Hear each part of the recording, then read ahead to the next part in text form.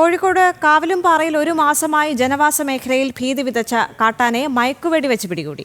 കരിങ്ങാട് ഓടേരി പൊയിലിൽ നിന്നാണ് RRT സംഘം കുട്ടിയാനയെ മയക്കുവെടി വെച്ചത്. ആനയെ മുത്തങ്ങ ക്യാമ്പിലേക്ക് മാറ്റിയിട്ടുണ്ട്. ദിസ്ന സുരേഷ് ചേരുന്നുണ്ട് കൂടുതൽ വിവരങ്ങളുമായി. ദിസ്ന, ഇപ്പോൾ കാവിലുംപാറയിൽ ഒരു മാസമായി ജനവാസ മേഖലയിൽ ഏറ്റവും കൂടുതൽ ഭീതി വിതച്ച കാട്ടാനയാണ് മയക്കുവെടി വെച്ച് പിടികൂടിയിരിക്കുന്നത്.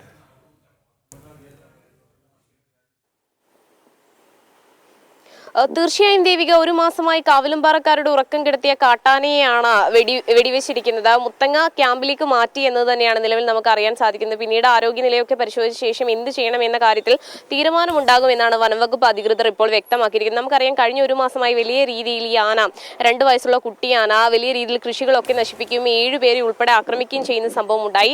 നാട്ടുകാരുടെ വലിയൊരു പ്രതിഷേധം ഉണ്ടായിരുന്നു. കഴിഞ്ഞ 5 ദിവസമായി RRT സംഘവും വനംവകുപ്പും ഈ ആനയെ പിടികൂടുന്നതിന് വേണ്ടി ശ്രമം നടത്തിയെങ്കിലും കഴിഞ്ഞ ദിവസങ്ങളിലൊക്കെ തന്നെയും പരാജയപ്പെടുകയായിരുന്നു. എന്തായാലും അവിടുത്തെ നാട്ടുകാർക്ക് വലിയൊരു ആശ്വാസം തന്നെയാണ് ഇതിനെ സംബന്ധിച്ചുള്ളത്. എന്തായാലും നാട്ടുകാർ ഈ RRT സംഘത്തെയൊക്കെ തന്നെയും തടയുന്നതൊക്കെ തന്നെയും നമ്മൾ കണ്ടു.